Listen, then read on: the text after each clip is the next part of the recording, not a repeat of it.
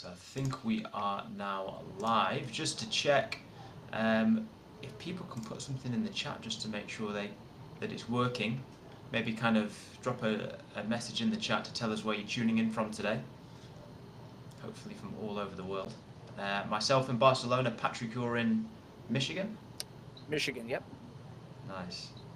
Wayne, Massachusetts, and Brian, South Carolina? South Carolina. That's right. Nice. Nice. It was 80 here this weekend. Well, we're 80? jealous. I know I'm jealous. Yeah. Wow. That's warmer than here. We're used to kind of warmer weather here in Barcelona, but recently it's not been so good.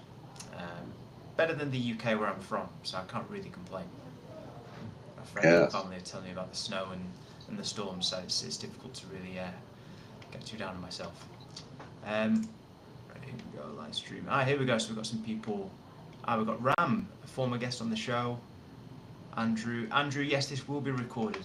Good questions. This will be recorded and released as a video episode on YouTube and then all our other platforms like Spotify, Apple, Amazon as a audio version. Good afternoon, Harriet from London. So yeah, I think everybody's in. We've got Heng in as well. So yeah, I guess let's begin. Gentlemen, thank you very much for joining today. This has been in the works for a while. There's going to be a Q&A section at the end. So as the episode is, kind of as we're speaking, feel free to put your messages in the chat. Maybe you want to ask Patrick, Wayne, or Brian a specific question on what they've just mentioned. So put those in the chat and we will talk about those at the very end. This is a very big topic. So fire safety, suppression, prevention. It's a super deep topic. So we're only going to be able to kind of go high level today. And that's why afterwards we'll be sharing some additional information. Our guests today will also be sharing some additional information. So look out for that as a follow-up. If you, as I mentioned, if you didn't register, we'll be releasing this as a recorded version as well. And also, that's something else I said I was going to do. I will add all of your LinkedIn profiles in the chat as well very shortly. But to begin with, let's start by setting the scene. So we can kind of go one at a time, just a couple of minutes each. It'd be great for you to share your insight, opinion, and statistics on what we're seeing regarding battery fires at the moment. And Patrick, maybe let's start with you, because I was watching your YouTube channel earlier about all the kind of different things that you're talking about there. So, Patrick, let's start with you. Yeah, ultimately, we don't have a lot of good numbers for the amount of battery fires out there. And that's an area that's frustrating to me, because if you don't have good data, you just don't know how big or small that problem really is. I kind of break it into three different size scales, starting off with just small batteries. So your cell phone up to, smaller power tools and things like that, maybe up to a lawnmower sized.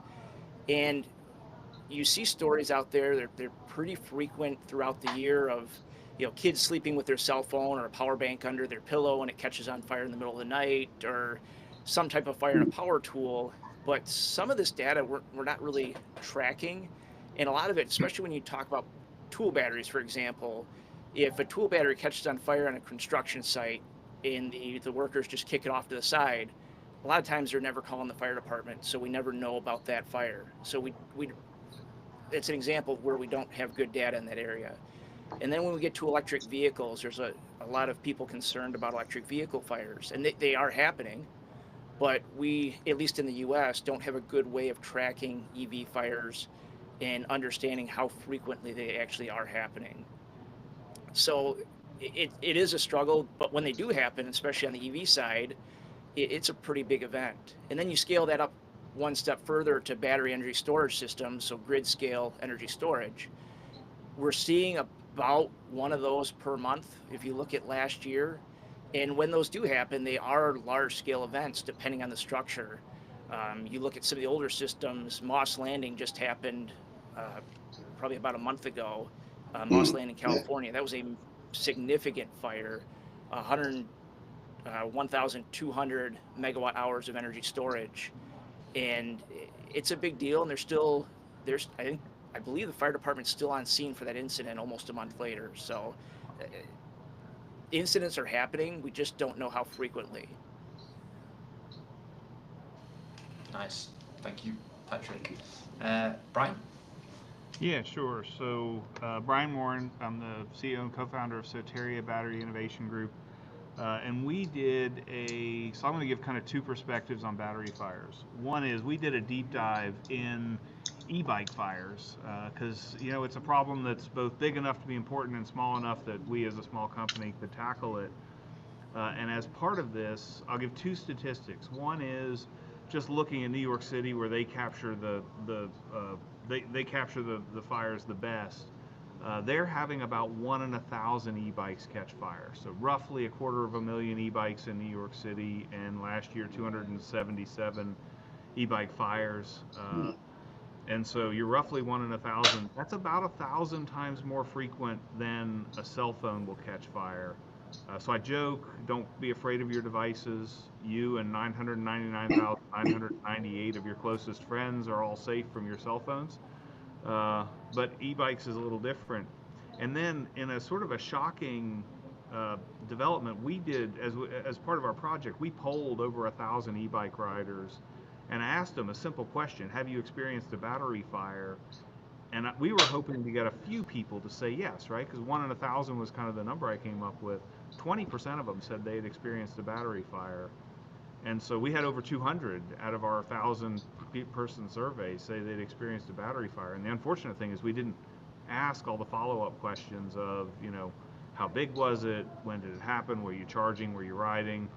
Because we were hoping to get 1 or 2. We weren't hoping to get a statistically significant number.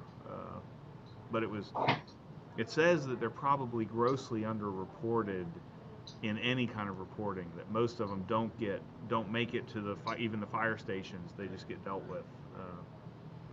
But that was so there. And then the other perspective I'll give, and I'll go really quick, is battery fires are different, and they're different for a couple reasons. One is they're unpredictable. You have in a neat little package both the ignition source and the fuel, and they'll just catch fire, right? You don't have to do something to ignite it.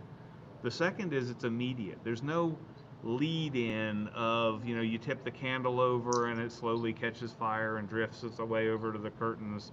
You don't have that minutes of lead in. It's immediate, and it's ferocious. They explode. And we use polite words like thermal runaway, but it's really an explosion if you watch it. And so in that sense, it's not so much the numbers as it is the intensity of each event also. So I'll stop there. Oh, very good. I'll go next, I guess. Very good. Thanks. So Wayne Aho with Siemens here in the U.S. and Fire Protection or Fire Safety Division, Senior Product Manager for our detection products. So Siemens got involved with this and aspect from more of the fixed battery energy storage type of arrangements, right? The commercial ones we're used to seeing, containerized or room situations where the batteries are fixed. And some of the problems you were just talking about, Brian, I can see where, those scooters and e-bikes, they get abused, right? The batteries are vibrating, they get, charged and recharged and discharged deeply along the way. And those things can have a major impact on the health of the battery, right? The long-term life cycle of the batteries. So as Siemens got involved in this back in 2018, what we were finding was a large portion of the older batteries that have been in cycle for 4 or 5 years, and they were having these massive catastrophes in South Korea. So we got pulled in on a global basis from some battery manufacturers that were struggling with this. So we continue to do a great amount of research on those types of batteries. So larger battery modules and so forth from a fixed standpoint. And so aging is a concern, abuse conditions are a concern. We're seeing a lot of research across the globe beyond ourselves about other entities doing an amazing amount of research. And you probably see it yourselves, right? You just watch LinkedIn or watching any other energy storage sources in the industry. And we're really impressed with how many different organizations are involved. But we still have a ways to go, right? As Patrick just mentioned, Moss Landing just happened. And that's a very well protected site, right? So it shows there's still work to do. We're all here, obviously, talking about this topic today, trying to spread the word to keep that going. And I think, and Brian, as you mentioned, it happens very quickly. So we're of the belief that detection is key. Right, and I'm seeing a lot of that in the different code cycles going around in different building codes and product safety codes. So that's good, but we still have a ways to go. I guess that's what I just leave with, Jamie. Nice, thank you. Just before we move on, Kim Trinity, I don't know if you can hear me, but you've joined the panel by mistake. So I can't kick you off from my side, but if you'd be able to just remove yourself from the panel, that would be great. But thank you for coming anyway. So to continue, you all mentioned some really interesting statistics there about battery fires and frequencies. Patrick, in a real world example, how do you categorize a battery fire? And then how do they compare to other types of fires when it comes to the volume, unpredictability, and ability to suppress? Well, the way I would prefer to categorize them is start off with charging and not charging. Are we seeing more fires when the device is charging, or are we seeing more fires when they're just sitting there idle?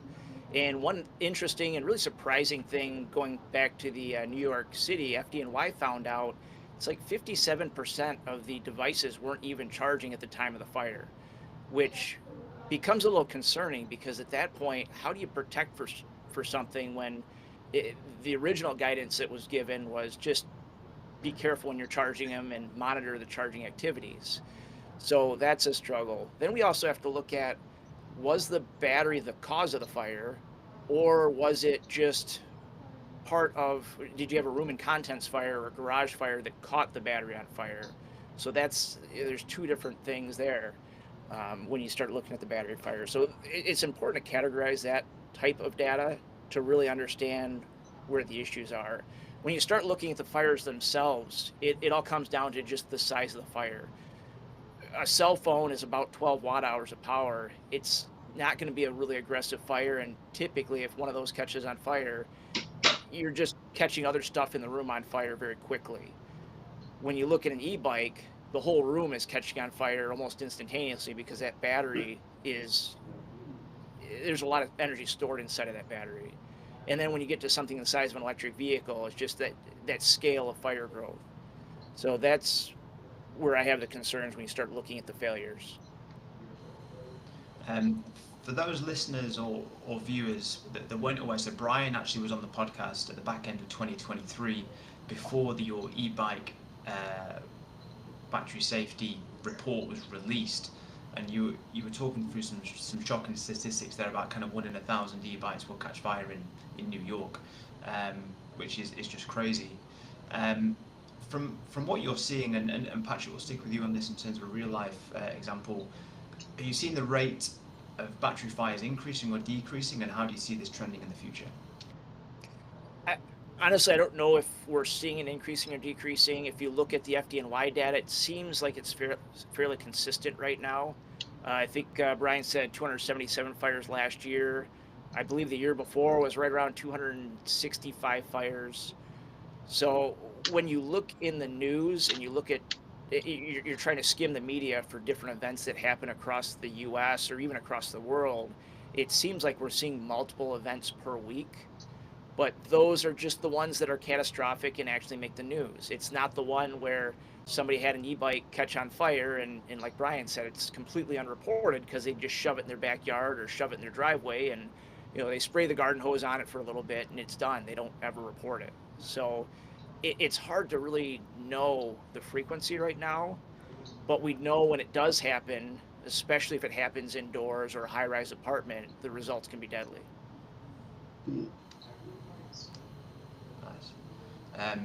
Brian, Wayne, anything to add on kind of trends at the moment?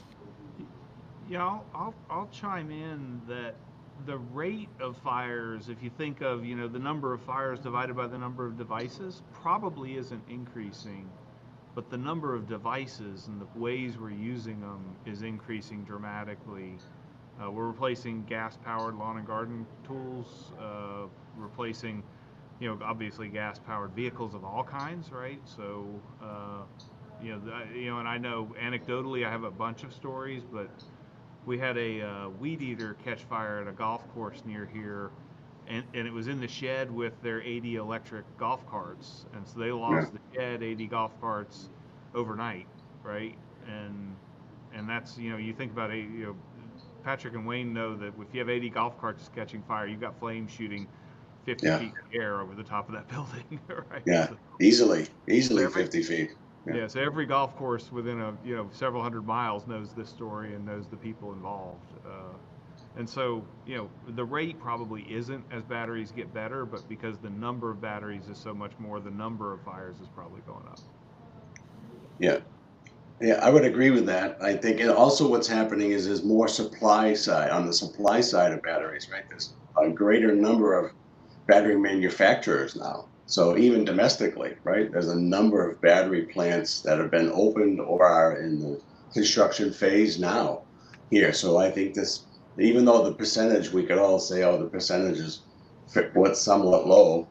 If you put more of these, as Brian was just saying, we put more of these out in the field and use them, we're going to have more problems. So that's really the challenge, I'd say, Jamie. Definitely. It's hard to track those numbers because, as you say, there's more batteries coming online and electrification of everything is happening. So it's difficult to track the percentages. But Brian, we'll get into this later, but something that was fascinating about your report was how easy it was to actually reduce the amount of battery fires. Just very, very simple fixes when it comes to how the battery packs are manufactured. So we'll get into that very soon. Wayne, I missed your talk in Detroit, Michigan, unfortunately at the battery show. I've heard it was very, very good. This is going to be super hard for you to do, but in a couple of minutes, kind of what were the main kind of takeaways and headlines from that talk you delivered? Sure, I love a great challenge, Jamie. Thanks. Well, I had the pleasure of sharing the stage with Fire Marshal Donald Thomas from the city of Detroit, and we, similar to what we're doing here, we talked about the challenges. As you can imagine, Detroit, as we all know, is a city that's rebuilding itself, right? It's going through a massive renaissance, and it's doing a great job. It's much different than the last time I was there.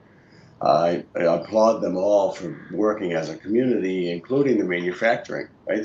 We all know that's Motor City, right? They had a host of, not failing, but just aged businesses, right? So what they're doing is rebuilding, and now GM and Ford have started building battery plants there. They're doing a tremendous amount of research there. So there's a great challenge there, obviously, to protect all this new investment and what to do with all of this. So I applaud them all for being very active and very transparent as a group in that community to work together to address all these things that we're talking about. You can imagine if you have a 200,000 square foot factory, right? And you're assembling and you're doing testing on batteries of various sizes, right? Think about EVs. They're not just one small little battery, right? They're a multitude of batteries put into a pack, and everything. I think I heard a statistic the other day that today's cars, whether it's EV or internal combustion engine cars, they're almost 70% plastic. The automobiles. So think about that as a fuel source, Patrick, right? As we mentioned, and Brian mentioned how explosive the batteries can be, and suddenly everything that's consumable is engulfed. So Donald and I went through the best way of protecting yourselves from these types of things, and it's early warning, right? We're both big believers in detecting the situation early in the stages, right? So what we could call is the incipient stage of the fire, overheating. If the batteries are getting overcharged or they go deep discharge and then they start to fail internally, they're going to get hot, right? So those types of things we discussed at length, and then how we went on to talk about building codes and so forth, how they're addressing these things, the challenges. But that's what we boiled it down to. If you can get to it early enough, it gives you the best chance, right, before that explosion occurs, right, to intervene. And now it can be hard to do, right? If you're in a 200,000 square foot factory and you have a battery on a rack, right, that starts to overheat and go, that's a bigger challenge than, say, your scooter starts to overheat and smoke a little bit. You roll it out of your house, as we mentioned, right? You roll that up. So you can see it's a different scale, right? The problem is a different scale. But it's the same problem. That's what we're finding. These batteries just have that innate ability to generate their own oxygen, and then they have flammable material within them. So it gets to be quite challenging to deal with. But Detroit has it in a big scale right now because of the size of these factories. So it was a very informative session. I think the crowd enjoyed it. We got some great Q&A on the end, so I suspect we'll get some good questions here today too.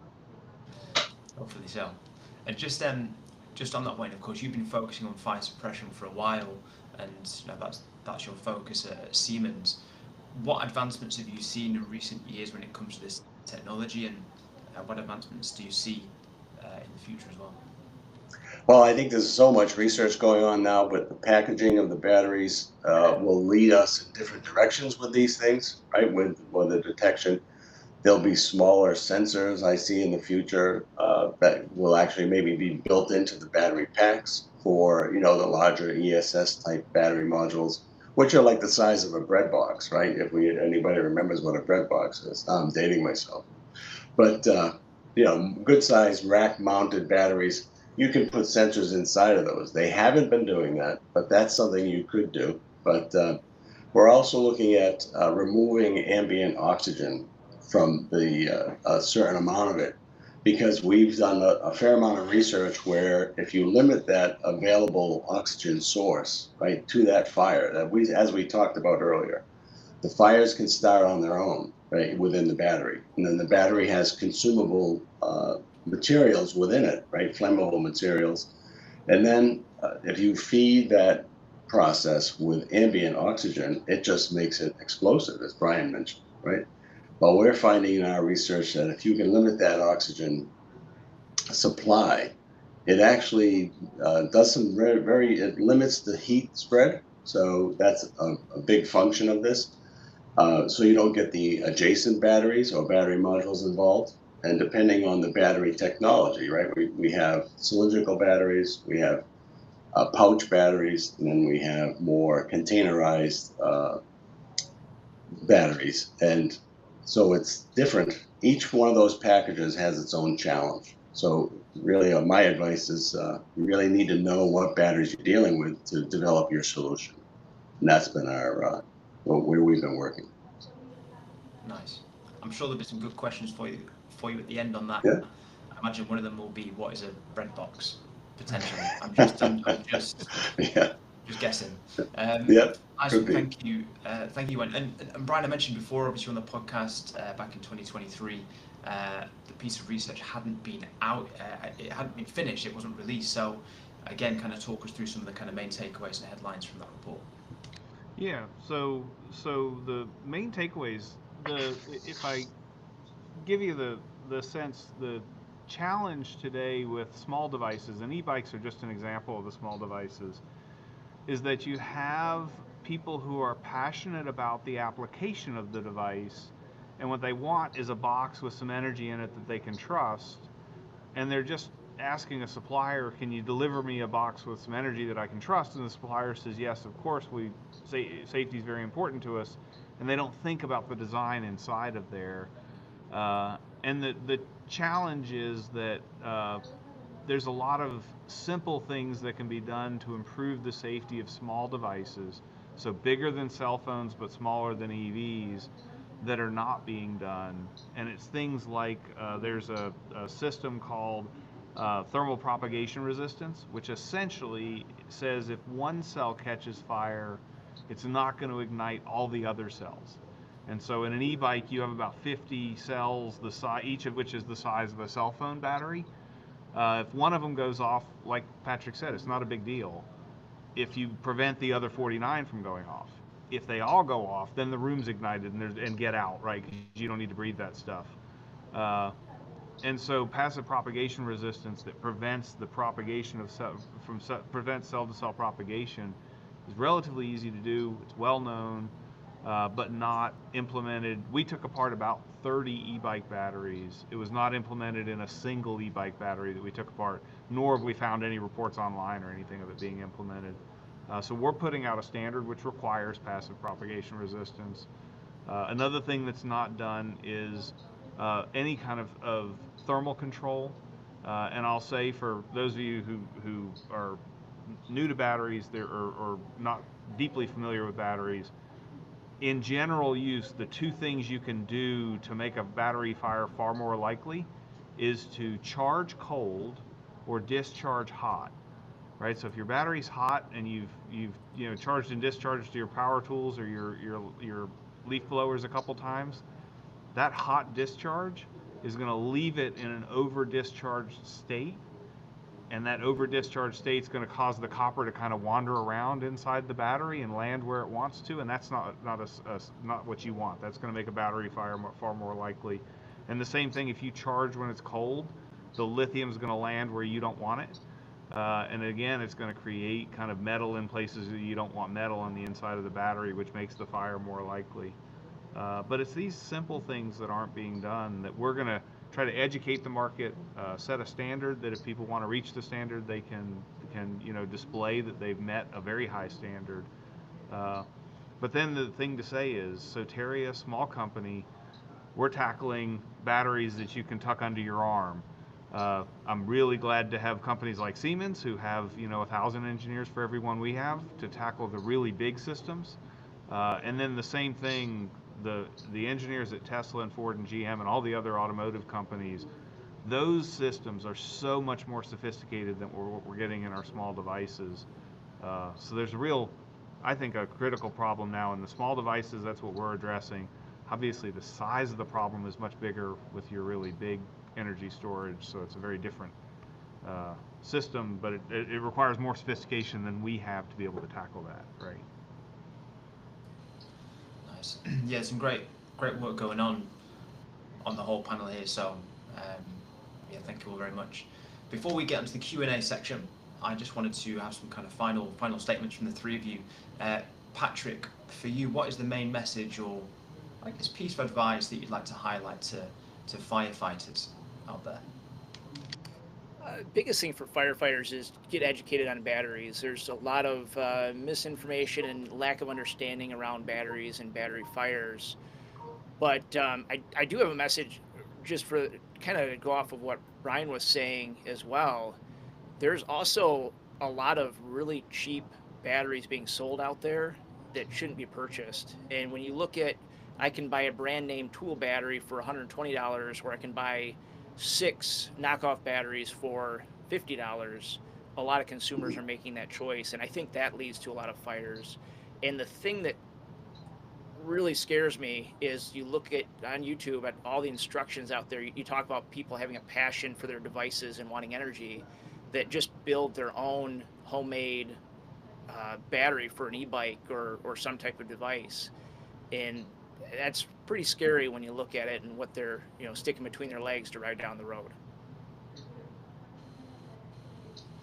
And Brian and Wayne, similar question, but main messages and advice for battery manufacturers out there. Wayne, let's start with you. Sure. Yeah. Well, we've been working with a number of them ourselves and helping them understand. Not only do they have the basic, let's say, basic hygiene of working within building codes and fire codes, right, that exist for the municipality that they happen to be in. As we all know, many of these sites are built out in the wide open spaces, right? And some people don't want that. Not in my backyard, right? There's a lot of that going on, which is fine. That's quite understandable.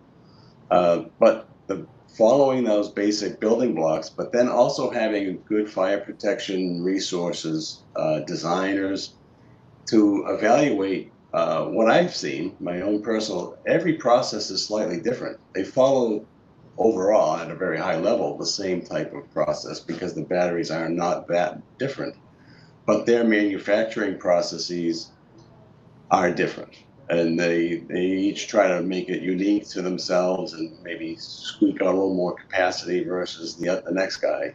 But doing those types of things leads you into uncharted waters.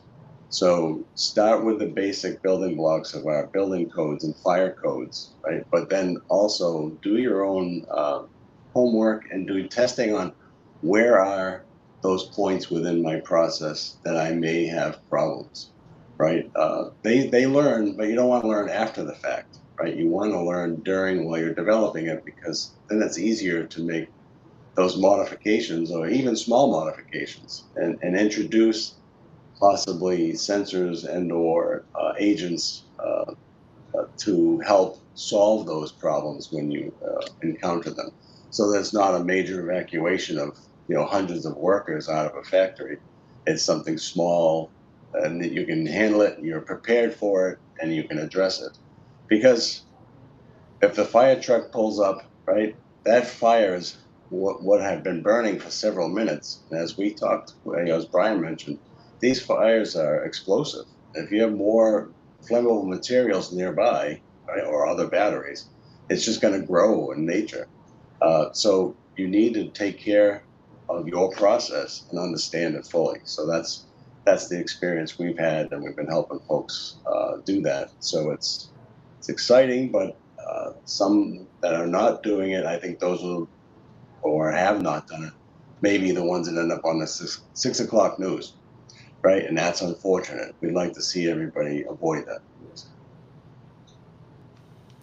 Definitely. You need to keep it out of the news as much as possible. That's for sure. Sure. Yeah. And Brian. Yeah. Yeah. So we always talk about safety as a system. So think about for cars, you had lap belt, shoulder harness, airbags, anti-lock brakes, crumple zones, bumpers, radar, lane keeping, all of which keeps us mechanically safe in the car. For batteries, it's going to be the same thing. You're going to have a system of different strategies to keep the battery safe. If anybody says they have a silver bullet, that this is the one thing that's going to make a battery safe, it's not true. You're putting a lot of energy in a small package. It's going to come out. You're going to need a system to keep it in there. And so now I'll give a short plug for the Soteria Consortium. This is a group of companies, some of which have safety systems of their own. And we promote kind of an open level, mature dialogue around safety. We promote products that are not our own and try to get them into kind of the public eye. So if you're and the other thing is I get to see a fantastic number of new strategies, whether they're sensors or enclosures or other ways to prevent fires or mitigate them. And so if you're a designer or a company that's using batteries, this is one way to learn a lot about what's kind of at the cutting edge, is to jump into our consortium.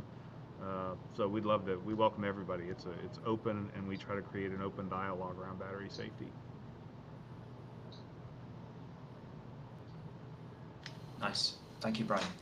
Well, yeah, thank you all. We're now on the Q&A section. So I'm going to jump into the questions that have been asked.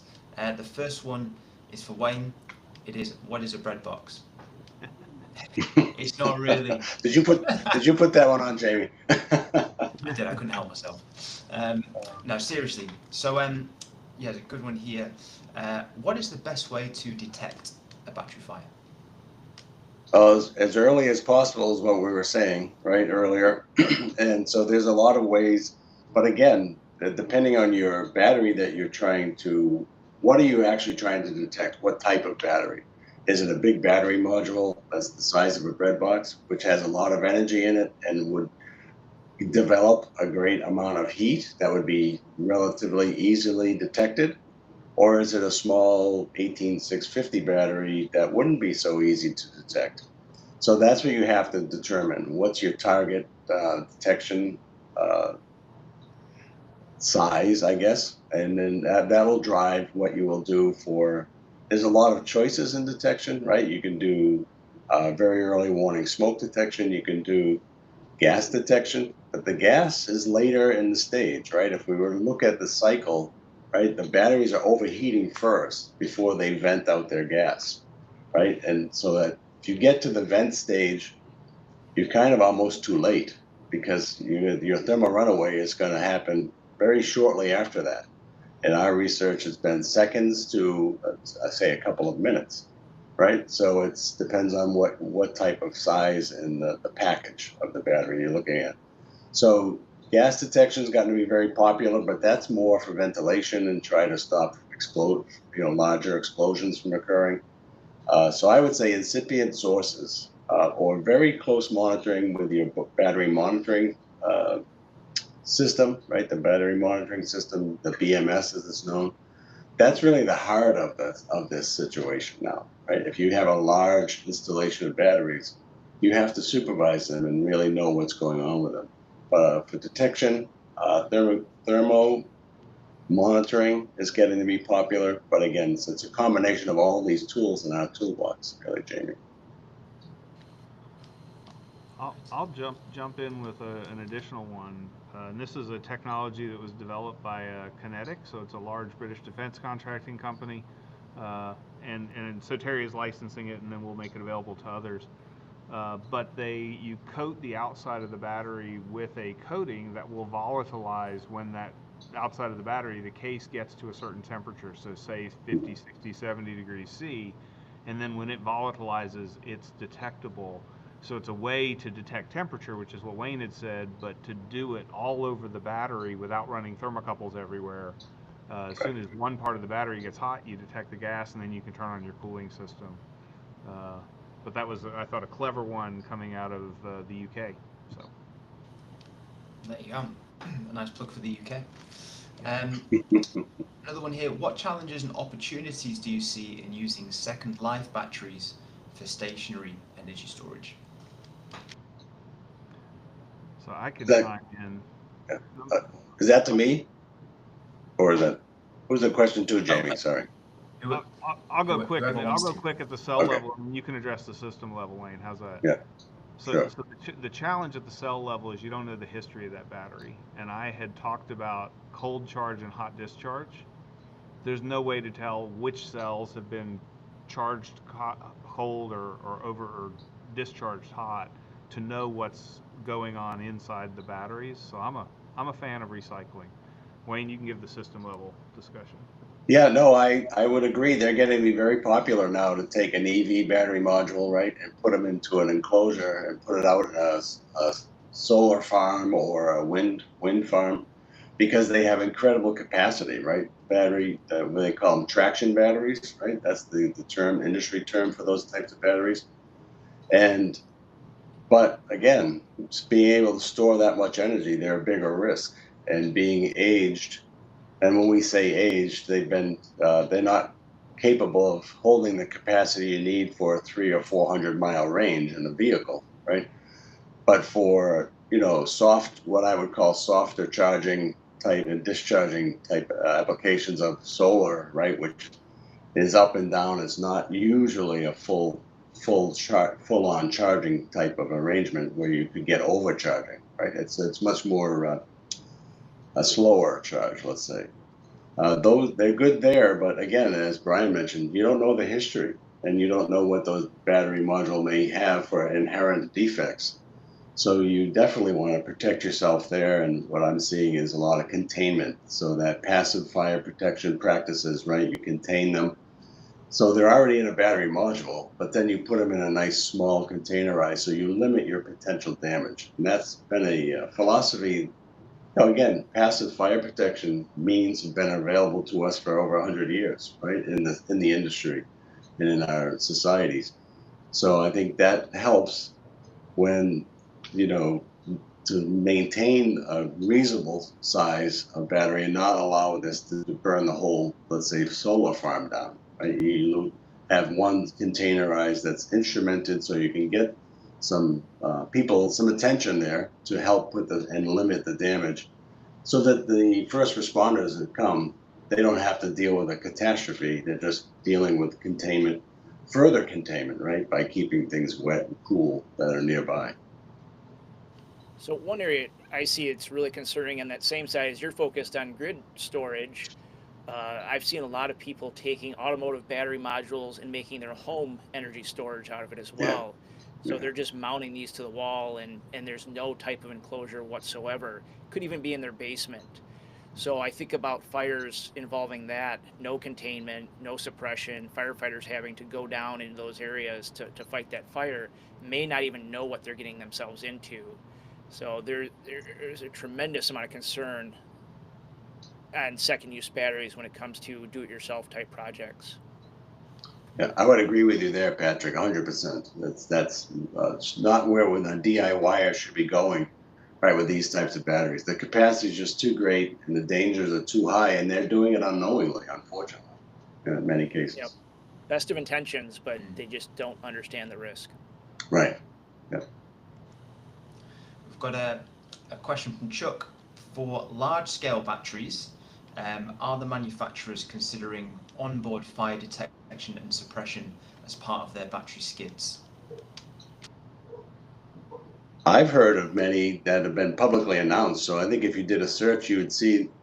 I think not to name. I'm not going to name names, but I know I've seen one major manufacturer put out something that was in conjunction with a battery, an EV manufacturer, that they were putting sensors, developing sensors that go inside of the battery modules. So that's, you would think that they would want to do that, because if you're driving down the highway on your car at 65, 70 miles an hour and it starts to burn, you probably want to get out of it long before it starts to burn, right? So that makes sense. I can throw in, there's a company, Lion Tamer. It's Liion, so a little play there. But Lion Tamer and their technology has been licensed by Honeywell. Those are sensors designed for energy storage facilities to give advanced warning for battery fires. They detect the vent event, which, like Wayne says, is sort of a secondary event, so it comes after heating. But that's one that's out there and definitely being used. We have a relationship with that company, and it is later down the track, as you say, Brian. You know, the venting portion, so it doesn't do as good as, say, incipient type detection. Just to be full disclosure, that you have to just keep that cycle in mind where you're trying to do your detection. Wayne, we've got someone here asking to cover a little bit more on suppression. So we don't know, I've asked if they have a specific question, but is there any kind of more of your favourite areas about suppression that you want to talk about? Well, it all depends about your application, right? If it's a scooter burning in your apartment in New York City, what are you going to have at your disposal, right? A glass of water, or you really need to remove the fire from that type of, or you could smother it possibly, but that's not going to stop it. So suppression at a high level is our choice has been inerting, as I mentioned to you earlier in our talk here.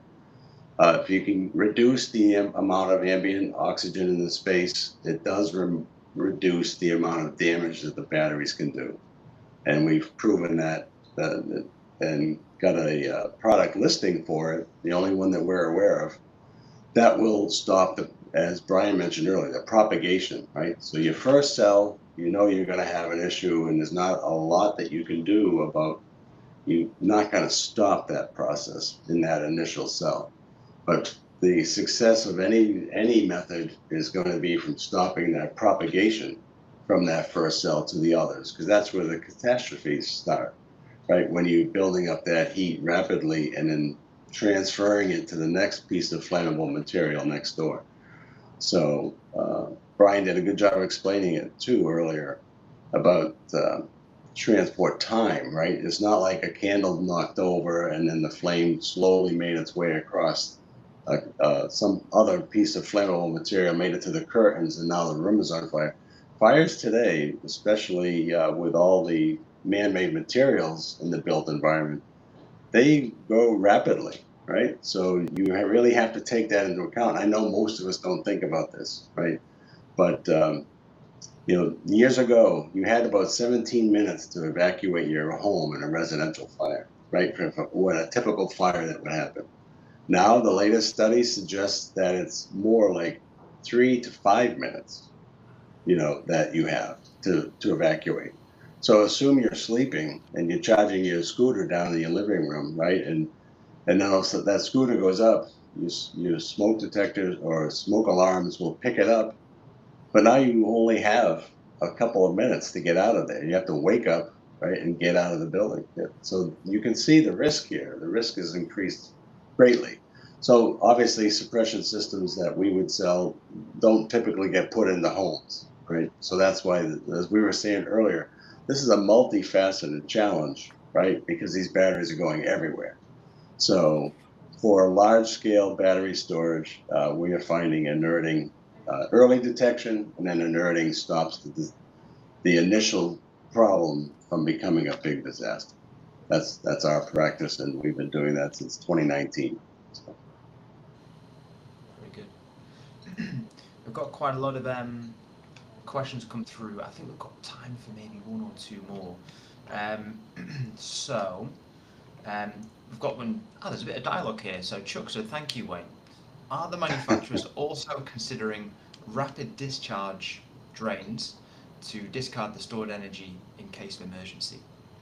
I've not heard that, but that's interesting. That would be impressive to see if you could take a couple of megawatts of energy and take that down out of the batteries that rapidly. I really would like to see that. It's a good premise. I could see where it could be very helpful. So the closest I've seen that is salt water. Using salt water to create shorts on the inside of the battery, which also cool it down. So draining the energy and turning, essentially you use the energy of the battery to steam the salt water. Okay. Yeah. So that's the closest I've seen. Yeah, that takes a long time though. That's it. That's the downside. You're talking 24-ish, 48 hours. Oh, okay. Wow. What are the best methods for bulk storage of end-of-life batteries, all types, and what relevant codes need to be met in a recycling factory?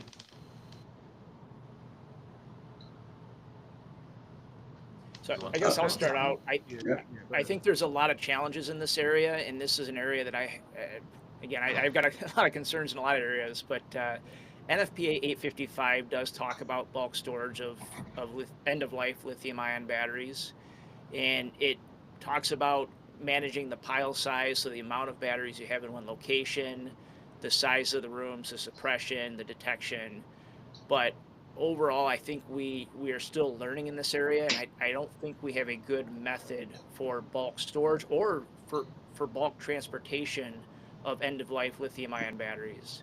There have been a number of trailers that have either caught on fire or flat out exploded, deflagrated. Some as minor as blowing the back door off of the tractor or the trailer that's being hauled by the semi truck. Some where it's a catastrophic failure where it looks like a flatbed trailer after the event is over. If you look at Birmingham, Alabama, that was a great example of a major disaster. There was one in, I believe it was Austin, Texas, where it was a shipping container that exploded and completely removed the walls and the ceiling off of the shipping container. So I've got a lot of concern in that area. We need to figure out a better way of shipping these batteries because we've got good standards around DDR batteries, damaged, defective, recall batteries. I say we've got good standards. I think there's still some room for improvement, but we do have standards there. But when you take end-of-life batteries and you just throw them in a 55-gallon drum or a large Gaylord box, they might not be damaged when they went in there. They might just have been end-of-life batteries at that point. But now they've got all the weight of the other battery cells on them. You've got the road vibration, moving those containers around. Now you have damaged batteries in that box, and that can lead to a failure. So there's a lot of concerns all around in that area. Nice. And one final question, and this is an interesting one because it's more around some costs. So Sean asks, how are you evaluating codes and standards to keep incremental costs down and required maintenance low to prevent an increase in cheap and unsafe alternatives? Who would like to say that one?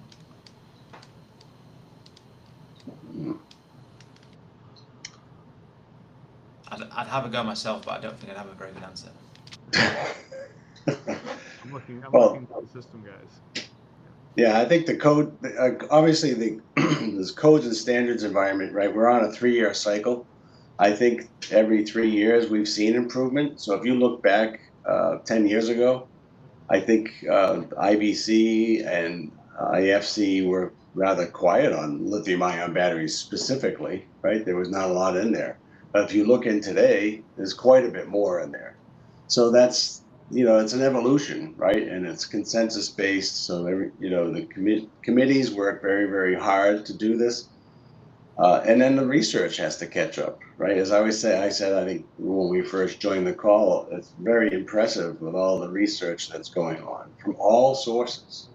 So if you feel you need information, I think you might be able to find it about the particular battery. And a lot of the battery manufacturers know that they need to supply much of this information now. So I think the codes are catching up. You're in a much better place than you were. Does that mean we're done? No, I think we're far from done. And I think Patrick would, as he's been saying, we have a ways to go. So I would agree with that. Nice. Well, gentlemen, thank you very much for today. And thank you for all the good work that you're doing. I mean, obviously there's been a huge amount of growth in this area, and we're seeing a lot of activity across North America, and there's going to be more batteries out there, whether people like it or not. And it's super important that we keep each other safe whilst doing this, and identifying ways to prevent fires, suppress them. Obviously, education to firefighters is critical work. So this is a webinar about the future, and hopefully, with the work of you two gentlemen and thousands of others in the industry, we're going to be working towards safer batteries. So yeah, thank you all very much to all the listeners and viewers. We'll be following up afterwards with more information. Of course, we have to keep it fairly high level today, but information from ourselves and the panel members. And yeah, hopefully you've all enjoyed it and taken something from today. So gentlemen, thank you very much. And as always, it's take care and take charge is the slogan. Very good. Thanks for the opportunity, Jamie. Brian, take care. Thanks. You. Bye, Patrick. Thank you. Bye. Cheers. Yep.